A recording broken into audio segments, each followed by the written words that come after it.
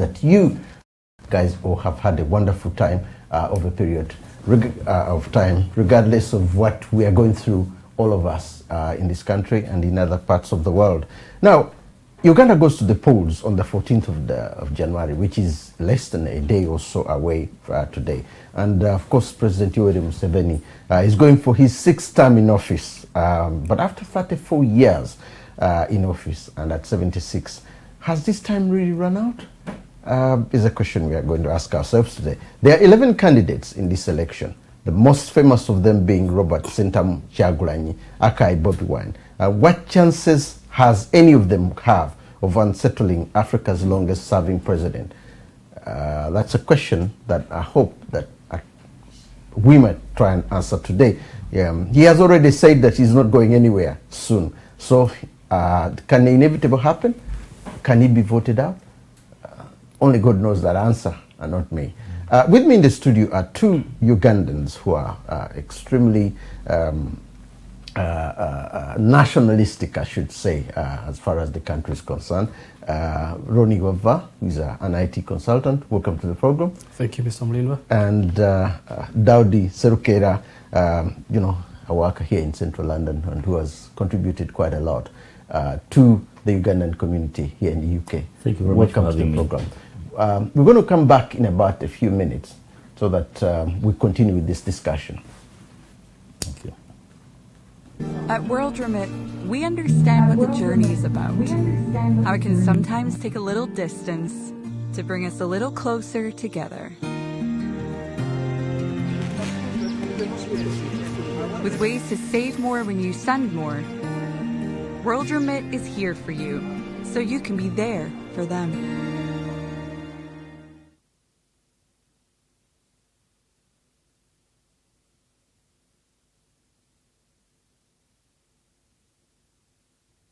Welcome back.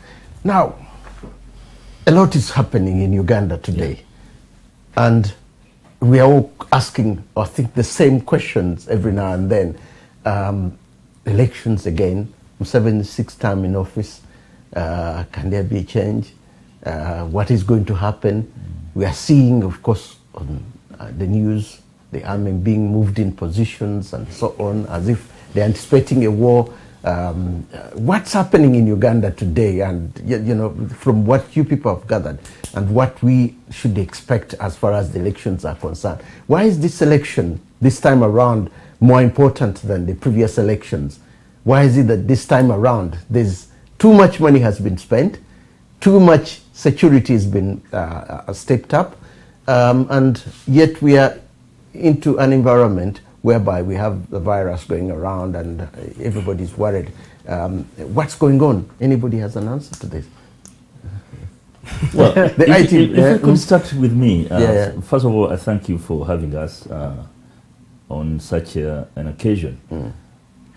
It saddens to be sitting in this studio discussing about such a matter. Yeah. But all the same, we at any given moment in time, people will be sitting somewhere discussing about their affairs back home. Yeah. In this particular situation, I must salute the people, the individuals, aspirants, presidential aspirants who have gone through hell, I could call it hell, to stand and challenge the incumbent. Okay. The question on the table is are they going to unseat the incumbent? Yeah. The answers could be yes and no. Right? Yes, if at all the election is going to be free and fair. Okay. Which indicators around from the media houses in Uganda showing, I can't see how that one can happen, because already, given the situation we are observing from the media houses, there's a lot of issues that don't add up. To start with, the Electoral Commission should be an independent entity. The commissioner should be an independent, not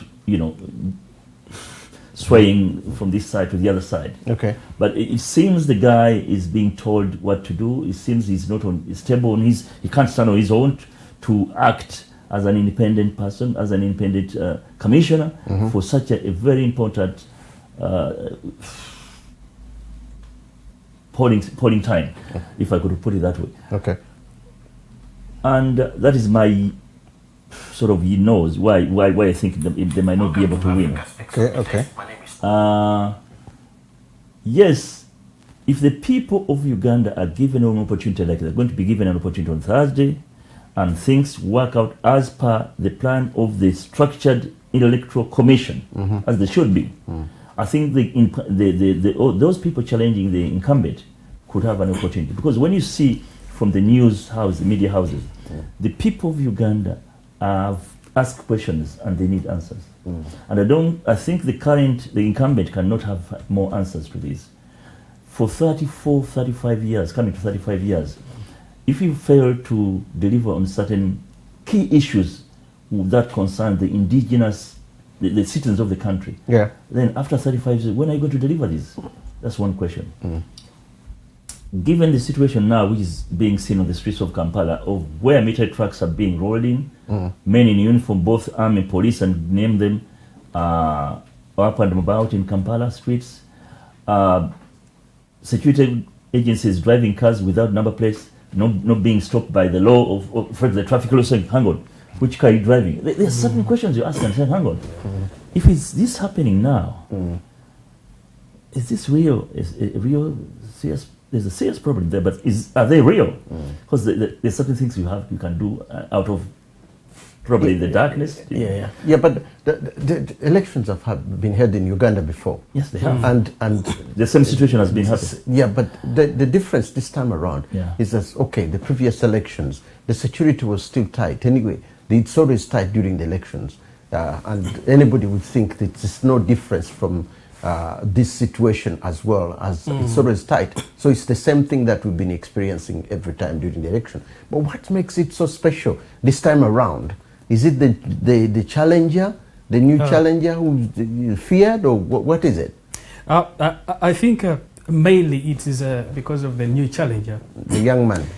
Who has no political history. Recently, he was, surprisingly elected as an MOP. And after that, he brought a force in the parliament of Uganda. Okay.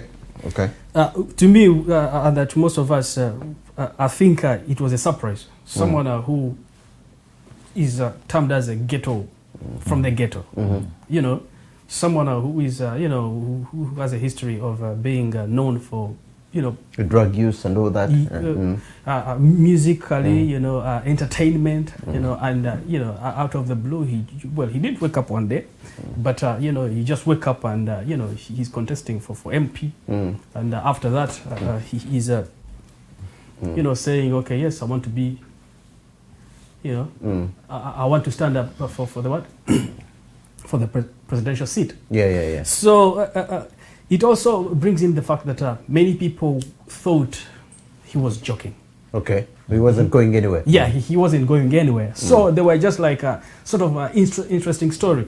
So many people were always, that interesting story, catching story. They were like, okay, let's see how far he can go. Yeah, let's see how far he can go. Some people thought it was just going to be just a matter of, MP, and then that's it. Maybe he's just getting for some little money, as a musician. And then he will literally maybe just buy a few, expanding his business and everything. But this young man kept on pushing. Okay. Kept on pushing. And, the more he pushed, the more following he got. Yeah. Now, how about the fact that, from what we're observing, the fact that divisions are not only just within the NRM or any other parties, but divisions are in all the parties. And even NRM has a lot of people who are divided within there. Money has sort of come in and it has divided them. And there are fights that I've seen all along that have been happening even within the party itself. And not only that, we've also seen that among other political parties. The divisions that have come in, that has created another atmosphere which we didn't deal with in the previous elections. So how can that be handled? Because even if the ruling party is divided, that means there could be fear after the election if certain people don't go through. Could this happen? The answer could be yes, it could happen. Yeah.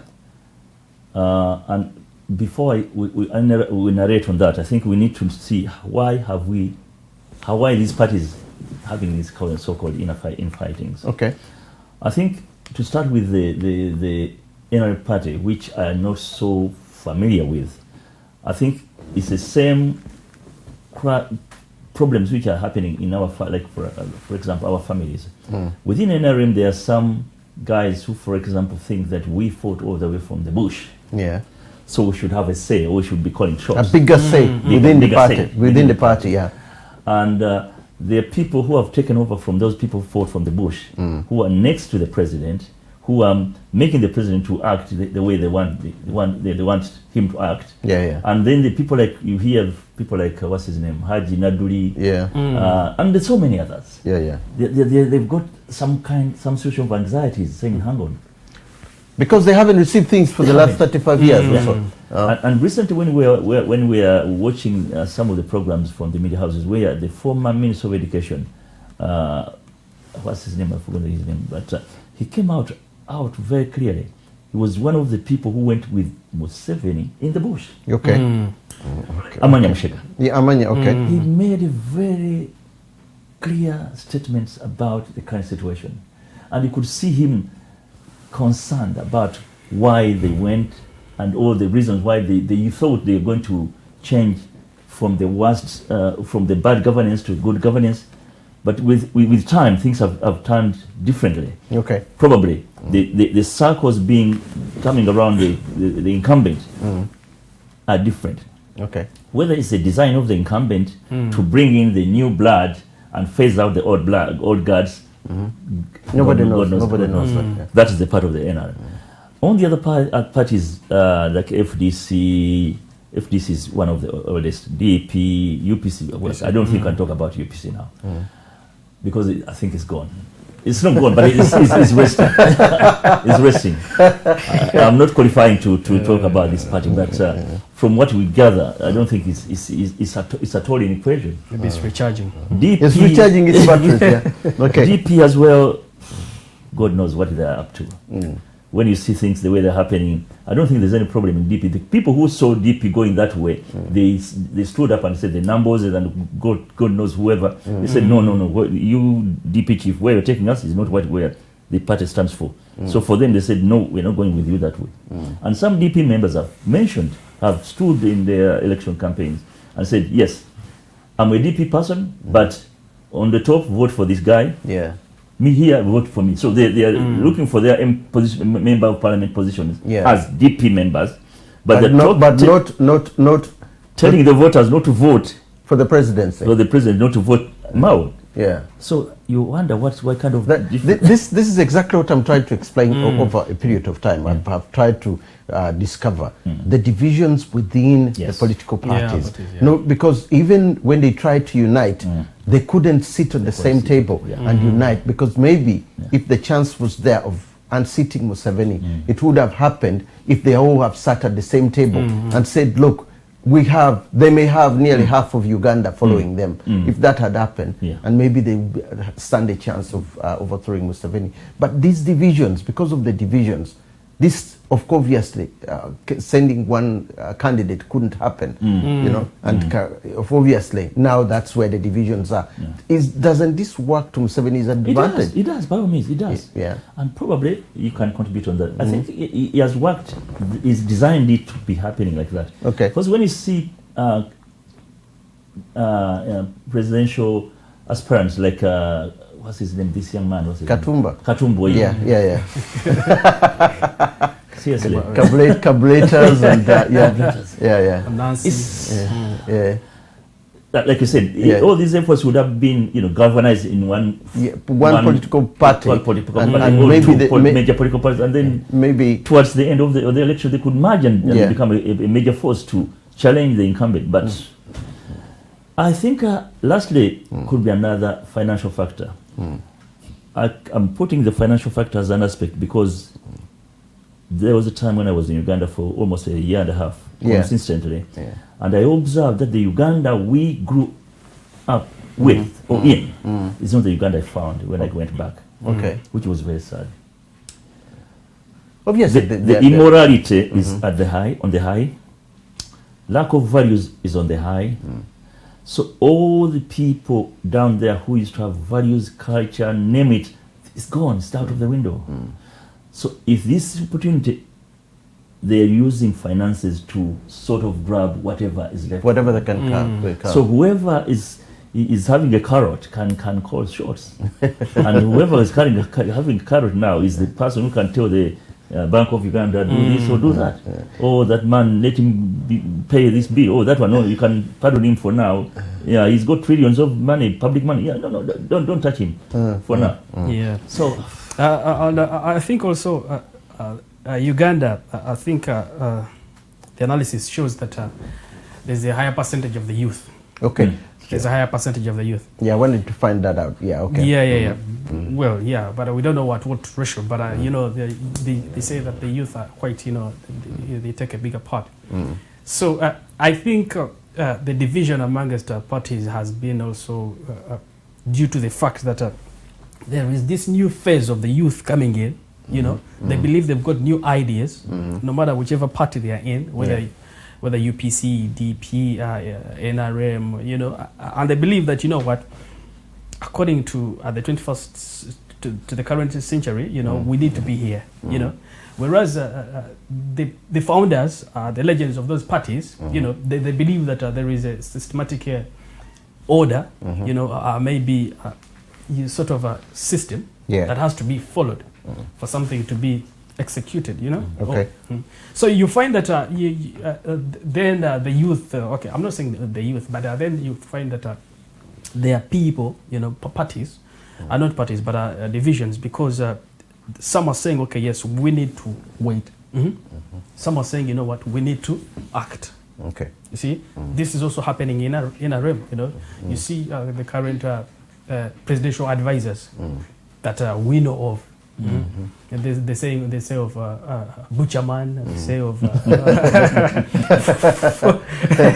full figure. You know, yes, those are citizens of Uganda. You know, but you know, whoever brought in that idea, you know, that you know, you can get someone who doesn't have any, you know, knowledge of politics to come in to be a presidential advisor. So that is also, you know, affecting the people who have been political advisors, who have studied, who have gone to study, to be political advisors. Now, you're talking about the youth. 65 to 70% of the population in Uganda at the moment is compromising of those who are below the ages of 35, for 45 or 35. That is the stage where Kyagulanyi is. Now, nobody's surprised that he has such a huge following among those age group, because they have nothing to lose. They have a lot lost already, because the government's policies haven't really gone to help them, most of them. And that is where most of the problem has been. I think the government is waking up, or Museveni is waking up, but it's already too late. That he could do something about that age group, because most of them you're going to find they are the ones abroad. They are the ones who are gone, and they are the ones who are doing most of the work. Now, that structure, as it is at the moment, what else can be done? Because problems are coming ahead. There will be problems ahead. Because whether he wins or anyone else wins, even if it's Kyagulanyi who wins, unless their problems are sorted out quickly, and in terms of jobs and so on. Do you see this being of any help? Because if changes don't happen fast enough, we could be into a lot of hot water in terms of civil disobedience in future and so on and so forth. Maybe this is the fear that has brought the army and the other people out on the streets. I think you've made a valid point regarding the issue of the youth generation. The main challenger as of today we are speaking is the youngster Bobi Wine, who is 38, I think. And the challenger is coming from the ghetto. He has seen it all, if I could put it that way. Yeah. Mhm, yeah, sure. He knows the suffering of this youth generation, and the youth are seeing some degree of hope From him. from him than the incumbent. Okay. Because they're asking questions. We have been around for, call it 33 years, when the first graduate comes out of the university with the first degree at least. Yeah. Most of these young men, when you go to Kampala, they are either pub attendants or they're in restaurants with their degrees. Yeah. Someone Yeah, did true. commerce, someone did this. So they've performed, they've done the duty as their parents prepared or planned for them. Okay. They went and earned these degrees, but the degrees have become useless. Some of the reasons why I could say this is that probably there was unintentional or intentional destruction of work sector, whereby before, or some years before the population Exploded, exploded, the university graduate left the university.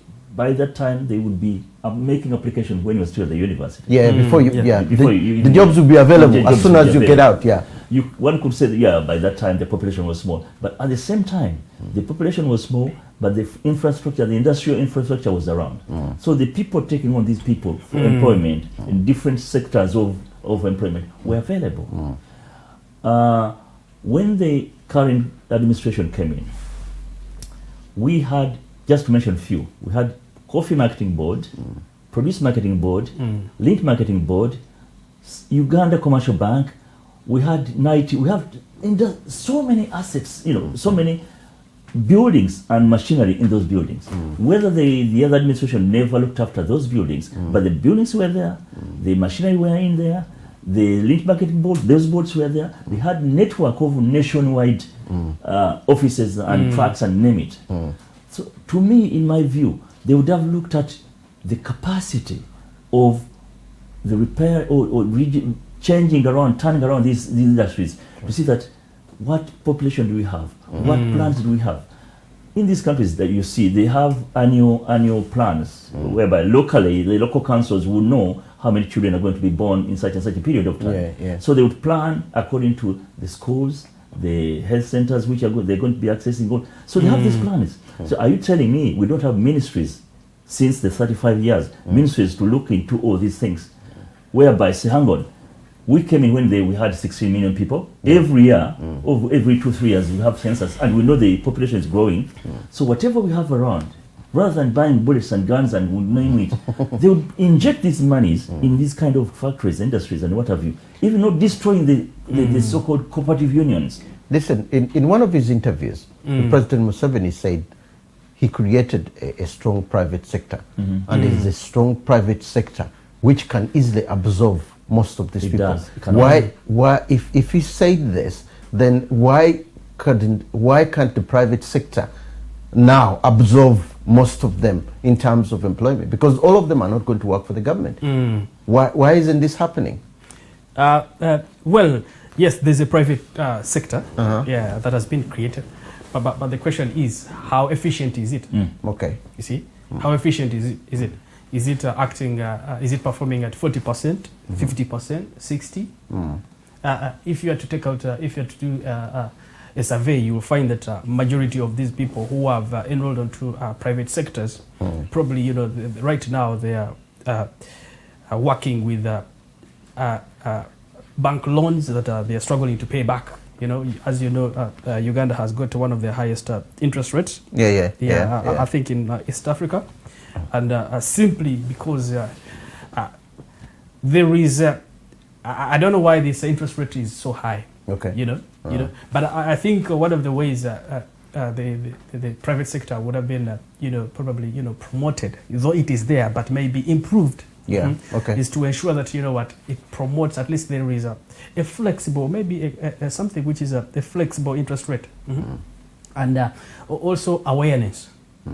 Awareness of private sectors. You find that the only thing that I've heard that is efficiently working in Uganda, well, not working, but regarding to private sectors, is these so-called SACCOs. Okay. SACCOs, yeah. They sort of pump in a little bit of money, but I think that alone, is not enough. You know, a foreign structure, for example, is an issue, which is not just for Uganda, Kenya, Uganda, Tanzania, and Ghana even now, and Nigeria, whereby the foreigners who are coming, bigger companies coming, they create minor roles while they bring in their own people to cover. The Chinese are so good at this. They come in, are doing a job where they could have maybe 200 to 300 people within the community. They put in 100, and the rest come from abroad to deal with the, you know. So this is part of the private sector, and most of that take money from the government in order to even allow some of these people in. While they take out quite a lot, but they put in something very little. It's something that others haven't been observing and warning Africa about. Now, I don't know whether this has been the structure in Uganda for the last 35 years. You've mentioned a very good point, by the way. Because I don't know where the current administration looked into that aspect before they signed the contracts between them and Chinese companies. A Chinese company will bring in its own civil, laborers, will bring in its own rice, its own cooking oil, sweepers, and name them. If at all the current administration knew what they were doing, they would know that we are signing a contract. The details of this contract is to secure, number one, we want a mega dam to build, but what are our indigenous people going to benefit out of, apart from the electricity at the end of it all? So while they're building this dam, the capacity of X percentage, or 70 or 80, would be our local people, such that these local people can go and earn their living from that dam building. As a result, probably people wouldn't be selling their land to go and ride a border. So they'll be having some kind of light at the end of the tunnel. Also, to add to that, yes, the private sector is there, but it is frustrated.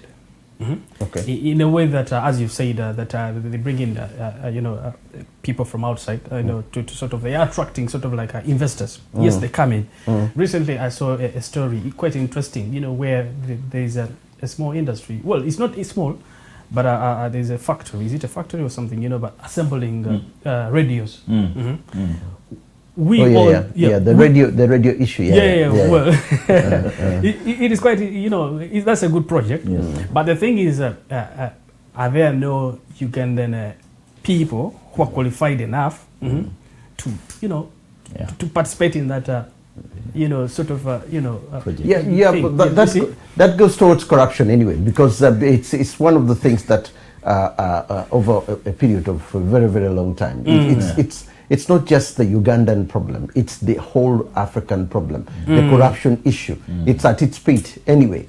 And because it's at its peak, it's very, very, very difficult to do anything when there isn't percentages that have been taken. And that's why certain things can't be done. A road can be built, but where they're building one road, in fact, they should have built 10 roads. Definitely. But the amount of money that has gone in is like the road is actually meant to be for a certain amount, and then you find that it's tripled that amount, one road, when they should have built maybe 10 to 15 roads. So the corruption structure, that is another big problem. It's a big aspect, and I don't know, whoever wins the elections in Uganda, it's not something that's not going away tomorrow, whether it's Kyagulanyi or Museveni in power. That aspect in itself. The corruption. Yes, of course, we agree that corruption is rampant in Africa. But what Ugandans are looking for is not corruption to be, from maybe 80% to zero. No, it can't happen. It can't happen. What Ugandans are looking for is, sort of a balance in other sectors. I think that is what most of Ugandans are looking for. So. If we look at the technology infrastructure in Uganda, well, good enough, it's coming up. But if you, I'm sure most of us have gone through one of our neighboring countries, Kenya. So just you getting to the airport, you can tell that there is a a big difference between our neighbors. Yeah. So we've had stories of our neighbors down here in Tanzania, Rwanda, and these are countries who have had some historical, sort of, things that have not been going well. Okay. Yeah, but if Uganda has been stable for quite some time, then questions start rising up, saying, okay, yes, why is it that if it has been stable for the last 35 years, that some of these things haven't been done in the last 35 years, then it comes down to the people within the leadership. Because if the administration had wanted these things to be done, but how do you build nationalism into an individual? How do you build nationalism? Because you either don't have it, or you are born with it, or on top of that, you can walk away from money and make sure that you are doing something which is going to help each and everybody else, rather than you are one particular individual. How does that? Because it's the heart. How do we train that? I was lucky to have had and met the incumbent president, Museveni, when he was still doing his UPM thing. Yeah. As young as I was, I met him, like we're sitting next to each other. Yeah. And I was convinced, and I'm sure most of the people were convinced when Museveni walked in Kampala. Everybody was a darling to everybody, not only Uganda. At the time, At the time, and even the Western world. Museveni was a nationalistic when he came, the current president. But God knows whatever happened in between, what has made him to change. To the extent that his children were going to the local schools. He used to buy his furniture from the Rocco Construction, which is a local company. Local company, He used to drive around basic cars, But along the way, I think things started changing. His talks, when you go back, in fact, the Museveni of 1987. If he meets the Museveni of today, oh God Almighty, one will fight another one. Because he had his plans, he had his strategies very well laid down.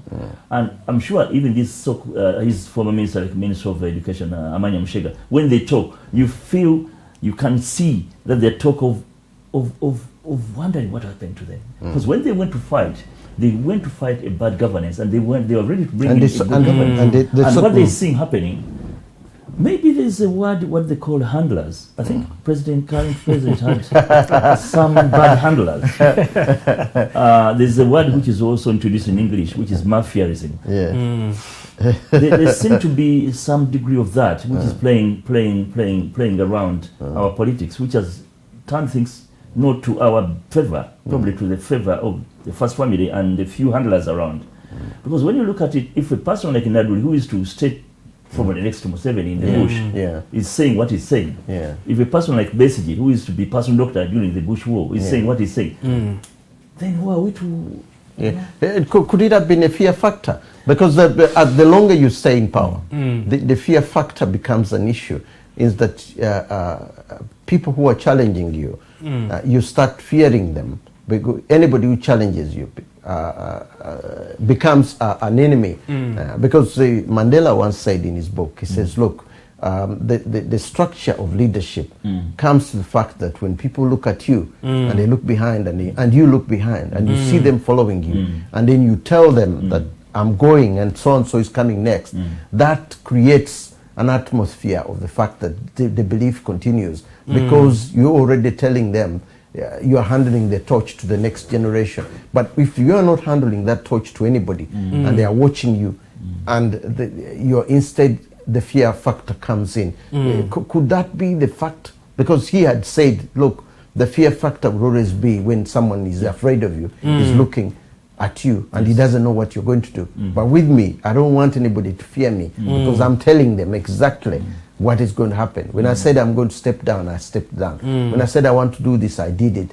When I said this is me, this is the end of it, I did it to prove to them. So that he kept on telling the leaders who will come in of the ANC that listen, put people at ease, be honest with them, and so on and so forth. Maybe this is a major problem that could have affected Museveni. But much as I can agree with that as a factor, I think there was a problem from the day one. why I think there was a problem from the day one, because President Museveni had an opportunity. We worked in the then government of UPC. Yeah. So we saw how the administration was taking things. He saw what UPC built.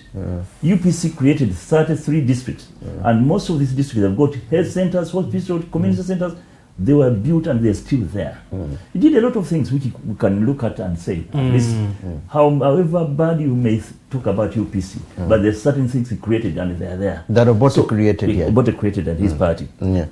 Museveni was in that party before whatever changed. So when he came and had the opportunity of governing the country, he would have copied a leaf from whatever UPC did well and not whatever. So you cannot tell me 35 years you haven't sort of said, hang on, the administration which was left behind by the British put this in place, this. Even the structures and systems of operation. Okay, okay. So either you copy a leaf from what those guys left. I'm saying, how can we improve on this? Can we leave this one outside? Yeah. Can we take this one on? To mold and shape the governance for you, which I think hasn't done. Because all this fear factor now he's having, probably that is safe long, would be showing things. It won't be there because kids will be leaving schools, will be having jobs. Yeah. People will be concentrating on their farms, plowing their land and having food crops and cash crops. So people would be able to sustain themselves because the Ugandans don't need a lot. One has got a shamba or farm where he cultivates his food crop and cash crops, of which he can have coffee or cotton or whatever. Even if those cash crops were being no value at all, then the government would come up with a program of which cash crops were having a value on the outside market. Then you introduce it to the people through the cooperative unions. And I think that. But the moment you try to deprive all these sectors, and you stay alone, like in. Okay. I'm always a diagnostic person. Maybe I should have done medicine. I try and see if I can diagnose a problem and see how a problem can be solved. Is it a tribal issue? Because when you have 80% of the government, including the police and the army and so on, all from one particular area of the country. Could this be another problem? Because in one way or another, it is the problem we've faced in Uganda for the last, I should say, 40 years. When Idi Amin came to power, we had his men as top generals and everywhere.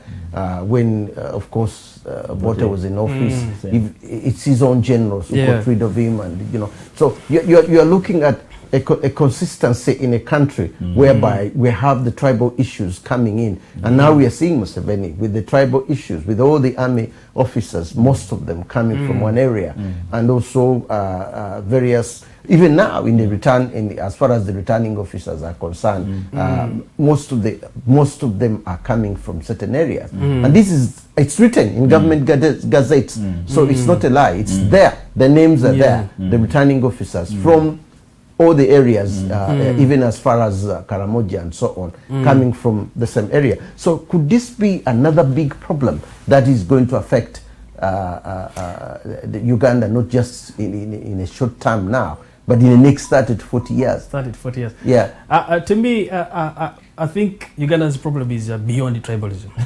It's beyond tribalism? Yeah. You sure? Yeah. The reason being is, as you said, that Ugandans don't need a lot.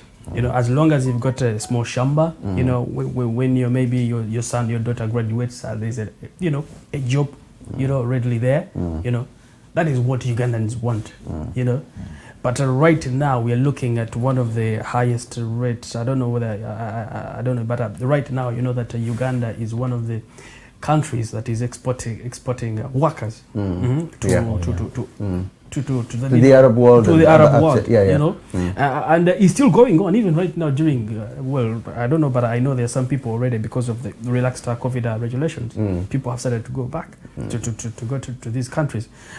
You see, it is the institutions, the education systems are not performing to a level that they are meant to be performing, like maybe 10 years back. Okay. So to me, it is just because there is a widespread of inefficiency, which has not been, addressed evenly.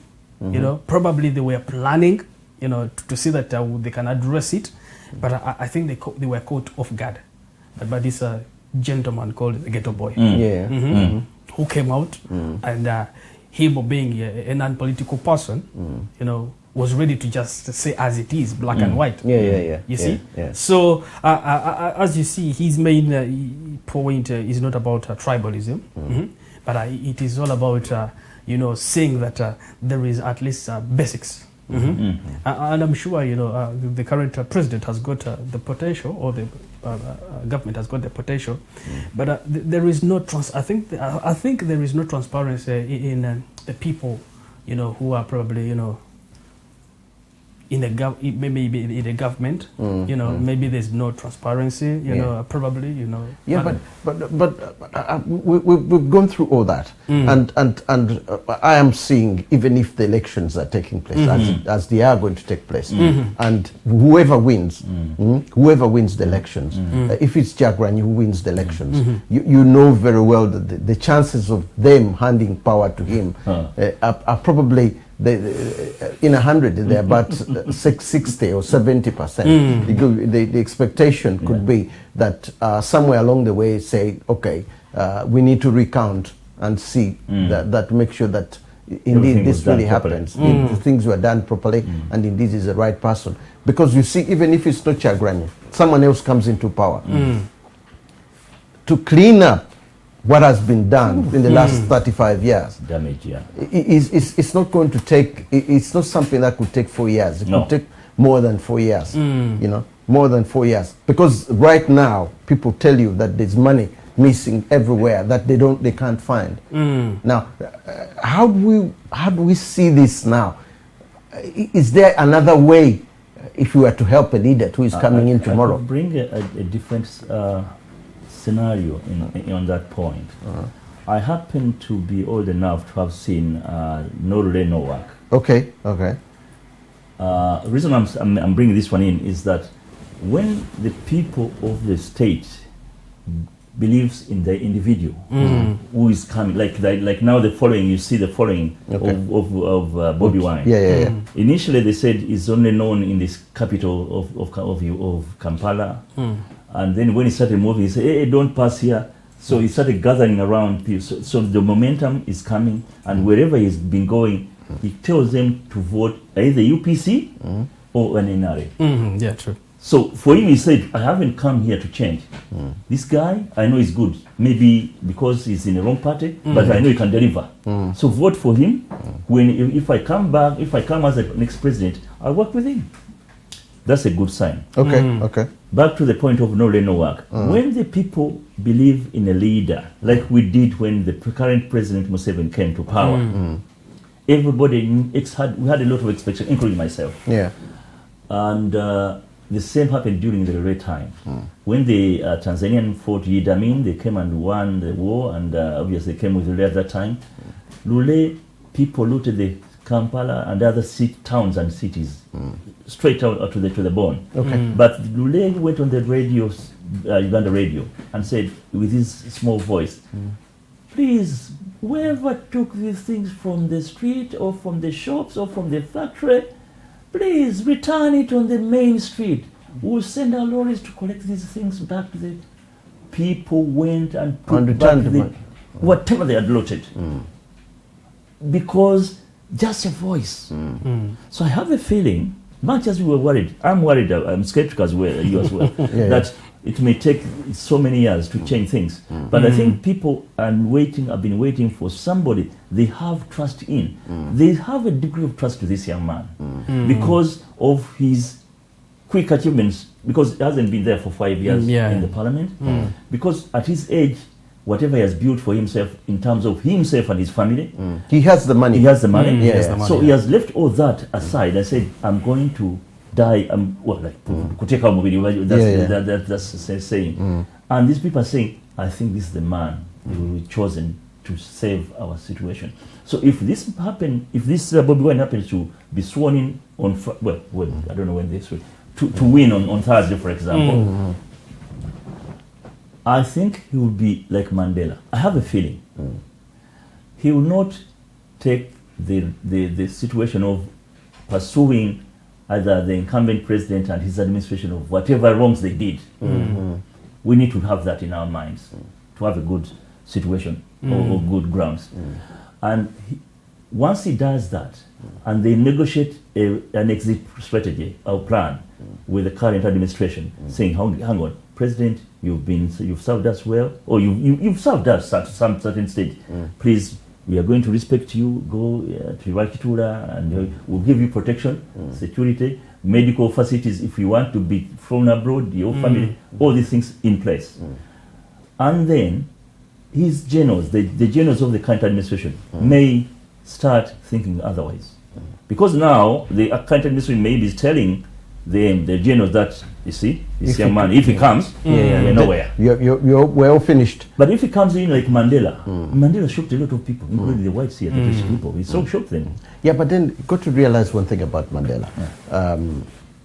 The ANC was a very powerful party. Yes. And as you well said, they believed in him. People believed in him. So whatever was going on, the party believed in him. The fact that he sacrificed all the 27 years in prison. He was given his freedom many times and he refused to go because the policy of what he had in mind wasn't changing. Yes. So there was no point of him going abroad and start suffering. No, he couldn't do that. Now, the difference now is that the army has been built in the 35 years by one man. It's built by him. It's his army. It's practically not a Ugandan army. Yeah, it's his army. The police is built. These organs are built around him. Now, I don't see how, if they are built around him, if they're just going to wake up one morning and say, okay, we're giving all this up for someone else to come in and be, I don't see how this is going to happen. I may be wrong. It's not that you could be wrong. It's 50-50. Yeah. But in life, we always have to be positive. Of course. We have to be positive. Because even as you know, the army, Mugisha Muntu, we talked about Mugisha Muntu. He was in the army. One of the 11 candidates. The two generals there. The two generals, you talk of Besije, you talk of, a couple of other, top officials in the army who have, said, okay, you know what, I think, I'm not part of, this, group anymore. So, to me, it's all about being positive. It's all about being positive, and regardless of the outcome, but the way this young boy has come, I would say that what we are seeing right now, no one would have expected it like, like maybe 7 months ago. Okay. If you were to ask me, this is going to happen and he's going to come this far, probably I would have had a different answer. So, but you see that whatever positivity he has, it has kept him going. It has kept him going. Okay. But at the end of the day, I think it's a wake-up call. It is obviously for the rest of even Africa. For the rest of Africa, the role of women. The role of women. I've always looked at women as people who we probably misunderstand. Yes. Or we don't sometimes put at the forefront with their ideas. They've come in with the ideas, and usually their ideas are not. I think maybe because Africa is a male-dominated society, and there is a lot of where our cultures involve a lot, women being subordinate to us. Yes. So how do you guys foresee this? Because Uganda has a highly educated class of women. They have been in positions of power for quite some time. We've even had a vice president, for that matter. How do you guys see their role tomorrow? Because even two of them, I think, stood among the 11 to try and campaign. There's one at the moment. There's one at the moment. But in the previous elections, we had, I think, one or two. How do you see this playing out? It's very good you brought that point. I think this time and age, we need to look into that aspect in continuation to what the current administration did. I think the current administration brought a lot of women. So there was some degree of gender balancing. Okay, okay. And when you look at a country neighbor to us, which is Rwanda, they've done that very well. Oh yeah. Women being our mothers and being our wives, I think they play a very big role in the. We've got to leave culture on the other side at the moment and look at the people, bringing in people on their merit. If somebody is qualified as a medical practitioner or medical doctor, and you need their services, they should be brought in, whether man or male or women.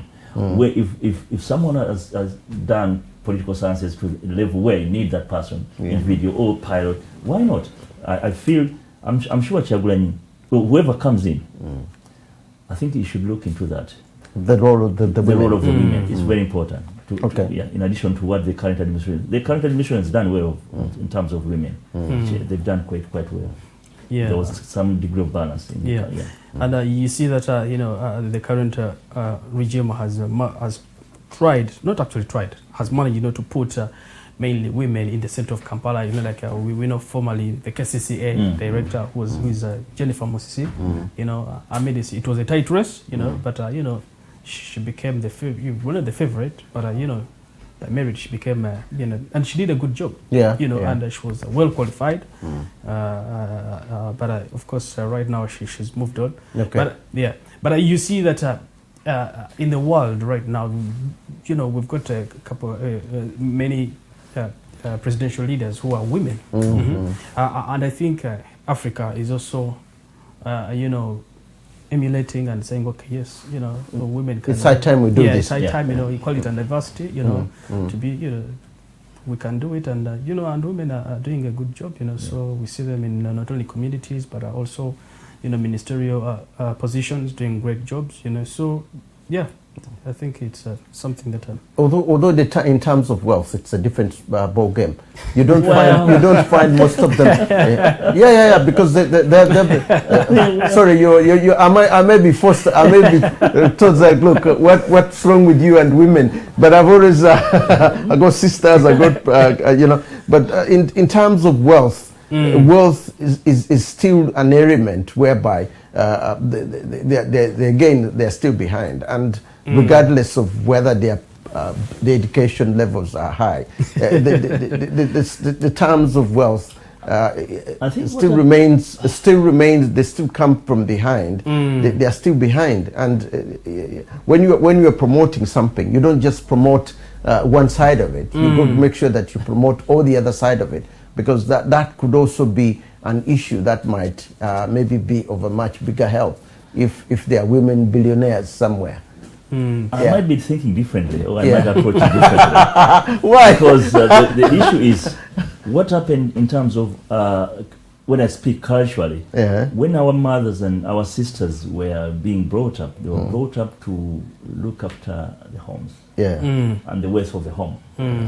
So that, with time, that has changed, because these ladies and girls, they've gone to education systems through the systems, and they've excelled well. And the problem is when this change came, I think it was so. I can't use the word harsh. I think we should have had a gradual change from being looked at as women who looked after children and homesteads and farms and whatever, to the level of that, giving them liberty, so that they can, if they want to look after children at home and look after the farms and whatever, that's okay. If they want to elevate to another level, if they can achieve that education to elevate, that's okay. But we're so stuck in this cultural way where a woman is supposed to be looking after the home, looking after the children, taking up children to school, bring them back, that kind of stuff. But I think now is the time. We've moved away from that, I believe. But the point is, even then, their section, when they moved from that sector to where they are, it wasn't gradually done well. Okay. Empowerment didn't take the right processes, in my view. Whereby women happen to have that financial muscle, which they never used to have. They used to look up to the head of the house, who is the family father, family head, and tell him, "Daddy, my bra I've got to do this. I've got to do this. I've got to do this and this. Yeah. But today the women can contribute towards the mortgages. So some women, you know, they buy the houses. They buy the houses. So, but because they have this financial muscle, if they were prepared well to where they are with their financial muscle, so that they still have that degree of respecting the husband of the house. At the same time, maybe sometimes they even earn more than the husband. Yeah, I know. The issue I'm trying to look at here is not basically just the financial side aspect of it, but the thing is are we revamping or changing our cultural norms to fit into the 21st century? I think because what is happening is that the West has already done that, and because it has already done that, it's a question of the mindset again. We want our cultures to remain as intact and remain respectful and so on with our cultures, but then at the same time the cultures have to reflect the 21st century. You know? So that is the position which is becoming extremely difficult for most people to see, because they are looking at the past and they're saying no, if we give them a mile, they probably take 2 to 3 more miles. So I think that's what it should. that is where should it be done gradually in schools and trainings and all that. Should that be the issue? Yeah, it should be. You see, the problem is that even the curriculum of our schools back in home, they've changed. We used to have quite what we used to call civic education. I don't know whether it's still happening. During the civic education, girls were taken on the other side and boys were taken on the other side. So basically what they used to teach us is how to behave in offices or in other places compared to where you were coming from your homestead. So they were trying to polish us, giving us some kind of etiquette, how to use this kind of, you know, in addition to our values. We come from the home, because you come from home where you sit on the mat, but this time you are going to sit on a dining table. You have to you know, I think. So it's a bit to add to that. I think it is a. Yes, Africa has woken up. You know, we are you know, saying okay, yes, even the women, you know, they've got the potential. But I still believe that there's a long way to go. A long way to go, and as we said, you know, because of culture, you know, and also, you know, you speak to some women, you know, and they're like, okay, yes, but you know, they have this cultural, they're not thinking, but you know, some statements saying, okay, but that thing, it's only men who can do that. You see? That's your point. Now, we're coming towards the end of the program, and with a couple of minutes to go before the program ends. And election night, which is in a day's time or so, changes could happen or changes might not happen. What are your opinions if there is any change at all? If Kyagulanyi is the next president of Uganda, or if not, and Museveni remains president of Uganda for the next 5 years. In a nutshell, where are we heading with that? In a nutshell, we as a Christian, I pray the Lord Almighty to give advice and good ideas to whoever is coming after Thursday. Okay. Whether it's the current president, to look back and reflect and see maybe whatever he hasn't done well, or his administration, and try and polish on those ones, and see that he brings back that population which has been running away with this young man. Okay. Because they've got reasons why they're running with the young man. Okay. So his administration should look into how best to accommodate them. To accommodate them. Because recently, because we have running out of time, the brother to the incumbent president, Salim Saleh, had a serious meeting recently, where he was trying to explain what he has done with the wealth creation, all these programs he's been running. And some other people were challenging him. That's another story. Yeah. But I think if the current administration comes back, they have to look at where they went wrong and try and accommodate, rather than turning around and say, you never wanted to vote us in, all that kind of. So there has to be that level playing field. Both the current administration or whoever comes in as a new administration, or as a leader of a new administration, they have to accommodate the current administration and all the mistakes that they might have before then. Okay. So that we need to be on a calmer level, and where people have to respect each other. You don't anticipate any kind of violence to come to accompany this, because we could have violence coming up. We could have even an internal civil war if things don't really work out.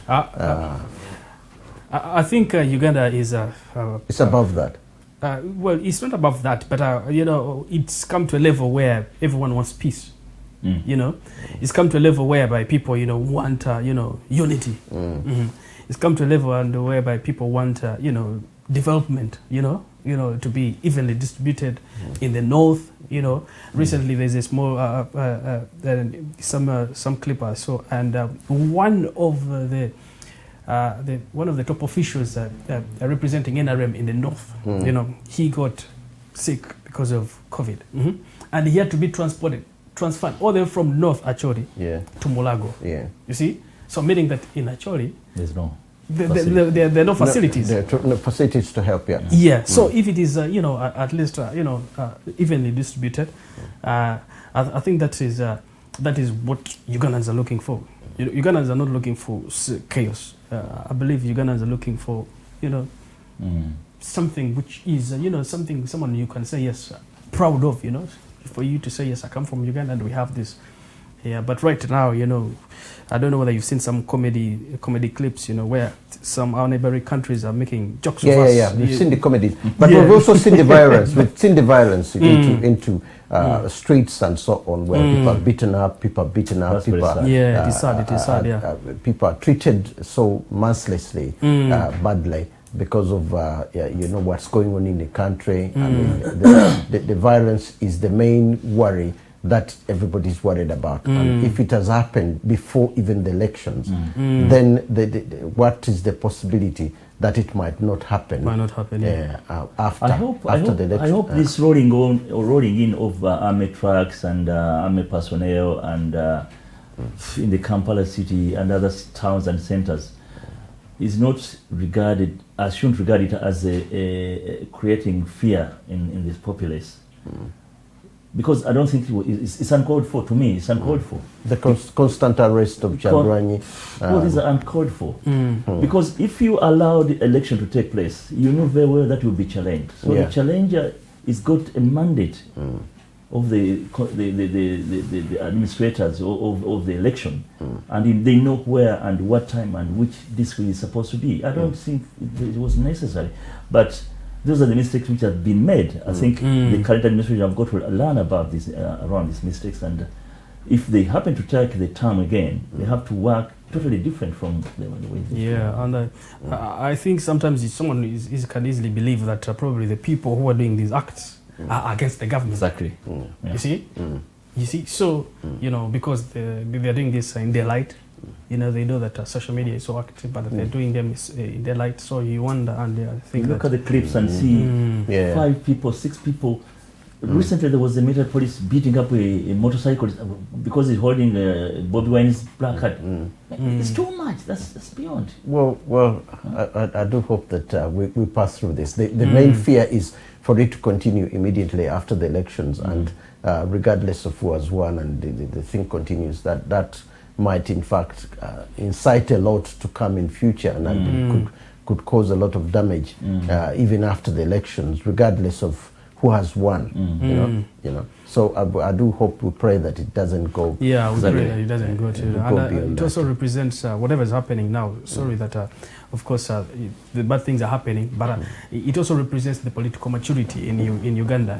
People are now politically mature. That they know that this is meant to be happening like this. People are more aware. People are more patriotic. And people, I think there is more unity, than ever. All right, I just want to thank you guys for coming. But before I do, James Mutumba, I want to thank James Mutumba, Jack Alecho, and several other people that have been watching us on today's program. And I hope that they have some Oh, really? their own different contributions that they have given in terms of what is next and what they want for the future of Uganda. I just want to thank you all for listening to, not only just listening, but watching us as we go on about the Uganda elections. And I do hope that we have a peaceful elections in a day's time. And we pray to God that everything goes as smoothly as possible. And also, so whoever comes into office is welcome as the next president of Uganda. Thank you very much for watching us, and may God bless you. Thank you. Not easy.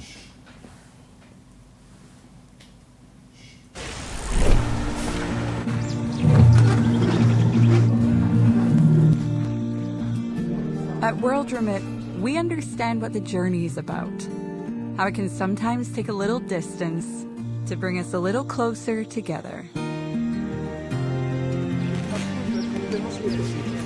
With ways to save more when you send more, World Remit is here for you, so you can be there for them.